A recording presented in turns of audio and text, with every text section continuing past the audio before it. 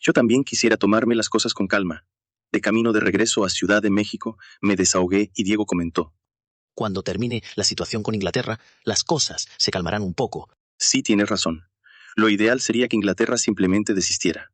Eso es poco probable.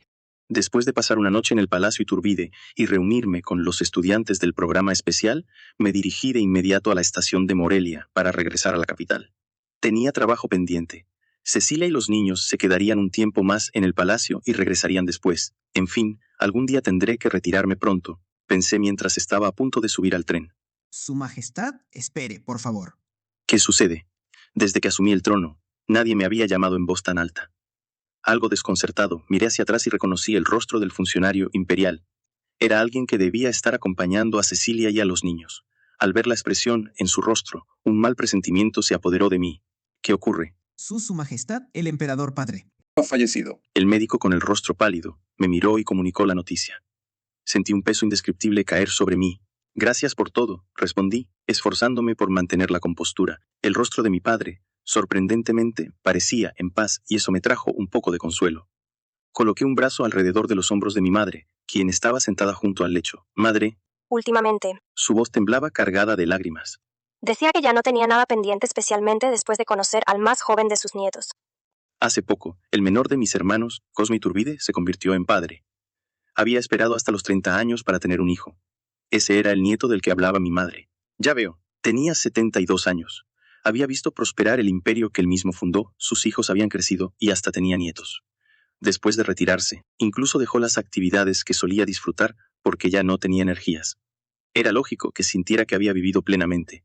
Tal vez, en lugar de mostrarle la corona, debería haberle dicho que se quedara hasta ver a sus bisnietos. No podía evitar sentir que, habiendo fallecido justo un día después de recibir el diamante como regalo, era de algún modo mi culpa. Científicamente, no había conexión alguna entre el diamante y su muerte, pero en la opinión pública probablemente sería conocido como el diamante maldito. Sin mostrar la maraña de pensamientos que me embargaban, comencé a consolar a mi madre y a organizar la situación. Pensar demasiado en ello solo me sumiría en más tristeza. Llamen de inmediato al resto de la familia que está en Puerto Rico para el funeral.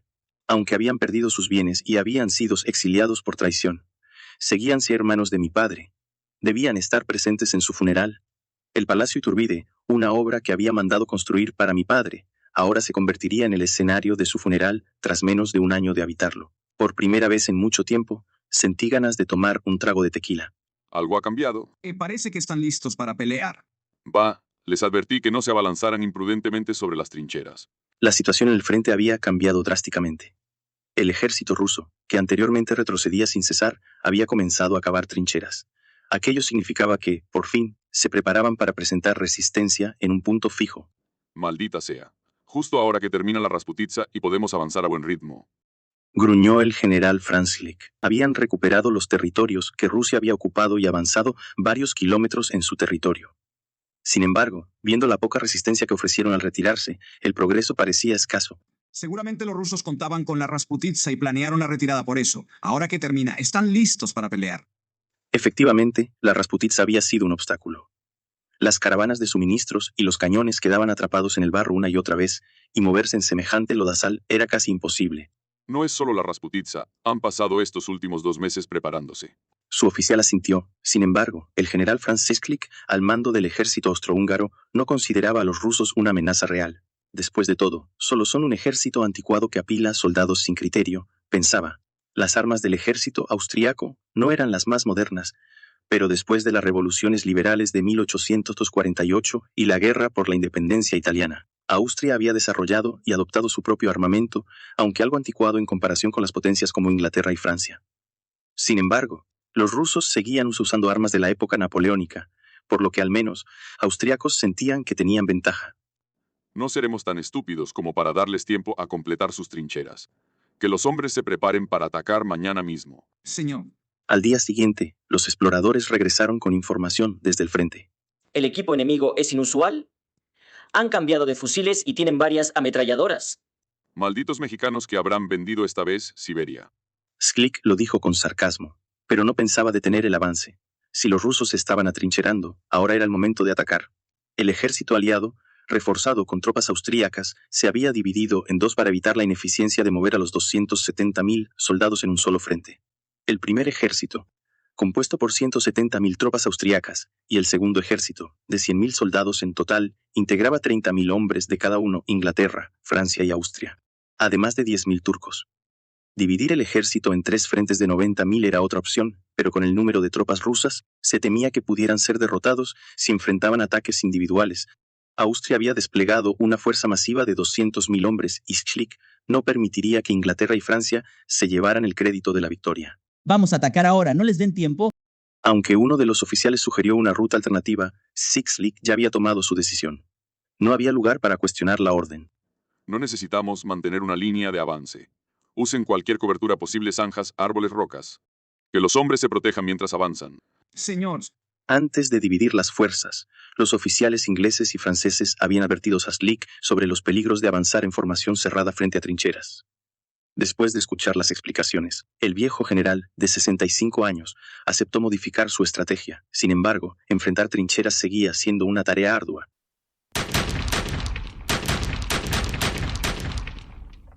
El ejército austriaco no tenía experiencia en combate de trincheras. Si bien mezclarse con los soldados ingleses y franceses podría haber ayudado, los austriacos, orgullosos de su masivo despliegue, sentían rechazo por depender de las instrucciones de otros países. Maldita sea. Schlick no pudo contener la maldición al ver a sus soldados caer como hojas de otoño, abatidos. poder. Es cierto que tienen menos y las trincheras no están completamente terminadas, pero parece que podremos avanzar. Comentó su ayudante. Parecía posible, pero el costo en bajas era alarmante. Los nuevos campos de batalla son peores que el infierno. Dijo el viejo general, observando el desastre. Les advertí que no atacaran trincheras a lo loco. Cuando Disraeli, con evidente molestia, murmuró sobre las noticias del frente, un parlamentario comentó. Con esto, la guerra no era más que alargarse. No es así. La posibilidad de que el conflicto con Rusia se extendiera era un temor compartido por todos en el Parlamento, sin importar el partido. Después de todo, tendrían que enfrentar también a México, que actualmente suministraba armas a Rusia. El tratado de no agresión con México duraba apenas 5 años, y cada día que pasaba disminuía el tiempo para prepararse para la próxima guerra. Mientras Disraeli se sumía en sus pensamientos, la discusión continuó entre los parlamentarios. El ejército sigue pidiendo más tropas. Debemos iniciar un reclutamiento en condiciones. El Partido Conservador propuso la conscripción, pero los Whigs respondieron de inmediato. Ya hemos enviado más de 70.000 soldados de infantería. Nuestra economía no soportará enviar más. Así es, además nunca planeamos enviar tantas tropas. La guerra, que parecía fácil en un inicio, se había complicado por 3 razones. En primer lugar, el clima ruso. El invierno y la Rasputitsa en primavera habían ralentizado el avance aliado durante meses. En segundo lugar, las armas mexicanas. No estaba claro que habían negociado los rusos, pero el arsenal recibido de México fortaleció de manera notable su capacidad militar. En tercer lugar, la estrategia de trincheras, también adoptada de los mexicanos, que resultaba extremadamente eficaz para defender posiciones estratégicas. ¿Qué tal si retiramos tropas de Crimea y las trasladamos al frente de Europa del Este? De todos modos, es imposible avanzar en Crimea. Si nosotros retiramos tropas, ellos harán lo mismo. ¿Tiene algún sentido? No necesariamente. Rusia temerá que podamos desembarcar nuevamente y romper o flanquear su línea de defensa. Por eso, tendrán que dejar una fuerza considerable para proteger la península. Eso como mucho mantendría 20.000 o 30.000 hombres allá. Y con esas armas mexicanas dudo que haga una diferencia significativa en Europa del Este. De verdad, no les parece bien ninguna solución. La frustración ante la situación de la guerra provocaba constantes disputas en el Parlamento. Entonces Disraeli intervino. El informe sobre los regimientos indios menciona que pelean con gran valentía. ¿A qué viene eso ahora? La Compañía de las Indias Orientales había reclutado soldados indios durante mucho tiempo, pero en esta guerra, de manera excepcional, se habían formado regimientos completos, algo que Disraeli había impulsado con fuerza. Propongo que usemos a los indios de manera más sistemática. Ellos estarían satisfechos con la mitad o incluso una cuarta parte de un soldado británico. Es mucho más rentable para nuestras finanzas. Ante la falta de soluciones claras, la propuesta de Disraeli resultaba atractiva. Además, implicaba mucho menos riesgo político que implementar la conscripción en Inglaterra. Buena idea al integrarlos en el ejército. También fomentamos su lealtad a Inglaterra y les enseñamos disciplina, lo que contribuye a su civilización. Alguien respaldó rápidamente la propuesta con esta justificación. Aunque para los indios sonaba como una locura, los parlamentarios lo veían como algo razonable. Esos malditos ambiciosos ahora también vienen por nuestros hijos. Escóndete, hijo. Rápido, escóndete. En situaciones de peligro, lo habitual era esconder primero a las hijas y esposas. Sin embargo, en India se escondía a los hijos varones corpulentos, ya que los ingleses se los llevaban al verlos fuertes y aptos para el combate. Dicen que es un reclutamiento, pero quién sabe si los están vendiendo como esclavos. Por ser esclavos sería hasta un alivio. Seguro los enviarán a los lugares más peligrosos. Aunque el reclutamiento no era excesivamente agresivo, la gente comenzaba a sentir descontento. Los británicos tenían experiencia en manipular la opinión pública en la colonia, y hasta ahora mantenían la situación bajo control. Sin embargo, un rumor comenzó a extenderse, alterando aún más a la población. ¿Recuerdas esas armas nuevas que trajeron los ingleses? Sí. ¿Se las llevaron otra vez para la guerra? No. Pues resulta que usaban grasa de vaca y cerdo como lubricante, y si te reclutan te obligarán a usar esas armas. Están locos. La vaca es sagrada para los hindúes, mientras que el cerdo es impuro para los musulmanes.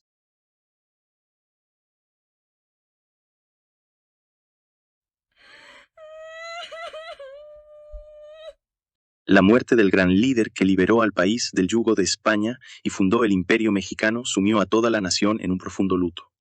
Durante los 5 días en que se permitió el acceso de ciudadanos comunes para rendirle homenaje, la ciudad de Morelia se llenó de personas. La multitud fue tan inmensa que la ciudad entera quedó paralizada, no solo en Morelia, sino en todo el imperio. Los sollozos resonaban por doquier el día del funeral. Es hermoso. Parece haber tomado mucha inspiración de nuestro Palacio de Versalles en Francia, ¿verdad? Mientras entraba en carruaje al palacio, el embajador francés, Fabien, no pudo evitar expresar su admiración, aunque la pregunta resultaba algo inadecuada para una ocasión tan solemne. Pero era incapaz de contenerse. El funcionario del Ministerio de Relaciones Exteriores, encargado de comunicarse con el embajador, esbozó una sonrisa incómoda y respondió brevemente. Así es. A primera vista parece similar a Versalles, pero los colores, esos patrones geométricos y aquel jardín sobre el agua. Esto es realmente... El embajador, que parecía tener cierto conocimiento de arquitectura, no dejaba de maravillar. Sin embargo, al acercarse al palacio, bajó el tono de su voz. Apenas se abrió la puerta del carruaje. Se comenzaron a oír los llantos cargados de dolor. El funeral se celebraba en el Palacio de Iturbide, y aunque no se permitía la presencia de ciudadanos comunes, asistieron miembros de la familia imperial, altos funcionarios del gobierno, gobernadores, magistrados, altos mandos militares, miembros del parlamento, altos clérigos, terratenientes y empresarios imperialistas. En total, una cantidad impresionante de personas de la élite, sumando varios miles. El embajador francés hacía un esfuerzo por mantener una expresión seria, pero no podía ocultar su sorpresa. No son ciudadanos comunes. Son los altos dignatarios los que lloran así. Había leído en los periódicos sobre ciudadanos que tras la muerte del emperador habían intentado quitarse la vida de la desesperación. Pero ver a los líderes del imperio también entre lágrimas, la devoción de este país por su familia imperial era realmente impresionante. Fabien, el embajador francés, no pudo evitar recordar el pasado. Nosotros también. Tuvimos un emperador grandioso en su momento. A diferencia de Agustín I, aquel emperador fue derrotado en la batalla decisiva que cambió el curso de la historia, mientras que Agustín I murió dejando su legado a su hijo. A lo lejos, el actual emperador de México, Agustín II, se hacía visible. A pesar de sus años de madurez, su figura, esculpida y enérgica, imponía respeto, y más aún su brillante inteligencia. Mientras el embajador Fabien observaba el funeral con pensamientos encontrados, alguien se le acercó y le habló. ¿Embajador Fabien? Ha llegado. Claro que sí. Incluso el Imperio Británico, que no era precisamente un aliado, había enviado a su embajador para el funeral del anterior emperador. En realidad, allí estaban reunidos los diplomáticos de todos los países con intereses políticos en el mundo. Cada uno evaluaba cómo esta muerte podría afectar la escena política global. El funeral era tan solemne que el adjetivo, majestuoso, parecía insuficiente, aunque para Fabien y los demás diplomáticos extranjeros el acto resultaba largo y tedioso. De no ser por la belleza del Palacio de Iturbide, aquello habría sido una tarea ardua. Tras el funeral, antes de enterrar al emperador en el Panteón Imperial, hubo una procesión alrededor de Morelia. Cientos de miles de ciudadanos llenaron cada calle de la ciudad para presenciar aquel momento. Mientras la procesión avanzaba las calles de Morelia, un profundo silencio envolvía la ciudad. Cientos de miles de personas inclinaban sus cabezas, conteniendo la respiración y dejando caer lágrimas mientras daban su último adiós al gran líder que los había guiado. Pétalos de flores caían por las calles, y los edificios, decorados con cintas negras, acentuaban el aire de tristeza. Era el último capítulo de un gigante. Huélelo tú mismo.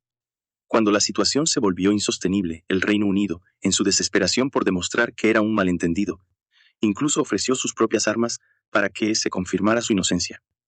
Sin embargo, ya era tarde, La situación había sobrepasado cualquier intento de contención. El fusil de retrocarga en fiel británico era apenas el detonante. Como era de esperar, los indios tenían razones de sobra para resentir el dominio británico. El Reino Unido, mediante la doctrina de reversión, tomaba control directo de los principados cuyos gobernantes fallecían sin herederos legítimos, arrebatando el poder a numerosas familias reales indias. Cambiaron el sistema de tierras, introduciendo el sistema zamindari, lo que empeoró las condiciones de muchos campesinos. La llegada masiva de productos industriales británicos devastó la artesanía india, y los impuestos desorbitantes cargaron aún más a los agricultores. Pero no solo se trataba de motivos políticos o económicos. Los británicos tenían una actitud de desprecio hacia la cultura india, hiriendo el orgullo de su pueblo, y el fervor con que promovían el cristianismo generaba inquietud entre los hindúes y musulmanes.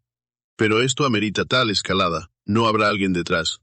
A medida que las tensiones escalaban hasta el punto de estallar en violencia por algo tan simple como un lubricante, los británicos en la India comenzaron a sospechar, aunque no encontraron pruebas. Rusia-México. Digo, es solo una idea.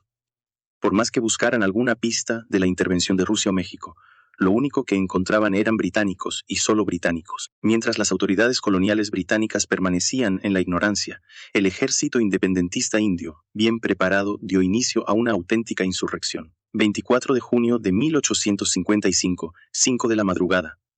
Los soldados indios del Tercer Regimiento de Caballería de Bengala, los célebres cipayos, tomaron el arsenal por sorpresa. A pesar de la creciente tensión entre los soldados británicos y los cipayos, los guardias del arsenal estaban tan confiados que ni siquiera lograban mantenerse despiertos. Después de todo, ¿quién iba a pensar que los indios se atreverían a rebelarse? Pero no eran los únicos que lo pensaban.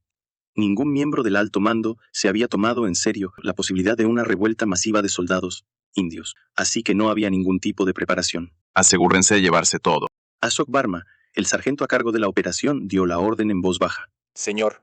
A pesar de que más de 200 hombres saqueaban el arsenal de forma organizada, el ejército británico no sospechó nada durante casi una hora entera.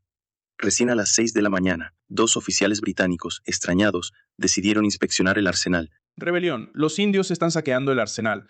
¿Pero cómo se te ocurre gritarlo, idiota? Uno de los oficiales, alarmado, gritó para avisar, pero su reacción fue la peor posible. Ambos fueron abatidos en un instante, y el eco de los disparos despertó a toda la fortaleza. En Meerut, donde había aproximadamente 2.000 soldados británicos y un poco más de 2.300 cipayos, el ejército británico no estaba en posición de enfrentarse a un enemigo tan bien preparado que ya les había arrebatado el control del arsenal. El 60º Regimiento de Fusileros Reales intentó resistir, y se libraron combates feroces, pero en medio de la confusión fue imposible organizar una defensa efectiva. Muchos británicos tuvieron que huir y esconderse en los edificios cercanos, temiendo por sus vidas. Pronto, el eco de los disparos y el olor de la pólvora se disiparon, dejando solo el pesado rastro del olor a sangre. Todos los británicos que no lograron escapar fueron muertos o capturados y encarcelados. A los que se rindan, no los toquen. Siguiendo las órdenes de Ashok Narayan Varma, un simple sargento, los 300 cipayos que lo acompañaban reorganizaron la fortaleza con disciplina. Los otros 2.000 cipayos, aunque sorprendidos por la situación, sabían que no tenían opción después de haber masacrado a los británicos y decidieron unirse a la causa para sobrevivir. Vamos a la prisión, rescatemos a nuestros compañeros. Los 2.300 soldados de Meerut marcharon hacia la prisión cercana, donde los británicos enviaban a cualquiera que se atreviera a desafiar su dominio, incluso aquellos que simplemente habían hablado de los rumores sobre el lubricante prohibido. ¿Qué es eso? Los guardias de la prisión, aterrorizados, observaban cómo se acercaban aquellos indios armados y organizados como un verdadero ejército. Sabían que la mayoría de los prisioneros en esa cárcel no eran verdaderos criminales. ¡Nos rendimos, por favor! ¡Perdonen nuestras vidas! Solo cumplíamos órdenes. Va, no me vengas con eso. Las palabras del alcalde y de los guardias no coincidían en absoluto con lo que los prisioneros decían. ¿Esos bastardos nos golpeaban y torturaban por diversión? Ashok Varma confió en sus compañeros. Mátenos a todos. Señor. Malditos. ¿Cómo se atreven? Con la orden de Varma, más de 100 británicos fueron ejecutados. Liberen a todos, excepto a los asesinos de nuestros compatriotas. ¿Entendido? Todos los condenados por asesinato en la prisión habían sido encarcelados por matar a sus propios compatriotas, pues aquellos que habían matado británicos ya habían sido ejecutados. Al liberar a sus compañeros y saquear el arsenal, la noticia de la rebelión comenzó a esparcirse rápidamente. A medida que el 11º y el 20º Regimiento de Infantería Nativa se sumaban, comenzaron a producirse deserciones armadas organizadas en las unidades cercanas.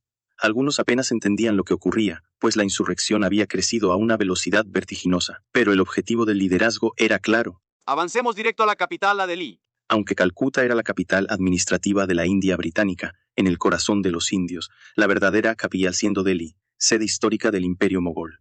El emperador mogol, Bahadur Shah Zafar Bahadur Shahi aún residía allí. El ejército independentista partió de los alrededores de Meerut, marchando toda la noche, llegó a Delhi al anochecer del día siguiente. Podrían haber llegado por la mañana, si solo la caballería hubiera partido primero, pero ya se les habían unido un gran número de cipayos indios.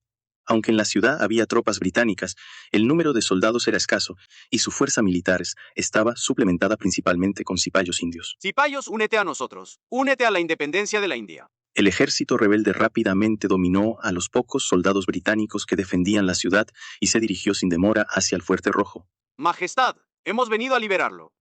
Bahadur Shah Zafar, con 80 años de edad, no tuvo otra opción que asumir el rol de líder nominal de la rebelión, presionado y convencido por los jóvenes que soñaban con liberar a la India. En otro lugar, el líder de los jóvenes irlandeses, William Smith O'Brien, quien había establecido una estructura más organizada, centralizada y secreta para el grupo, sentía una sed abrasadora, una sed de independencia y libertad. Aún no.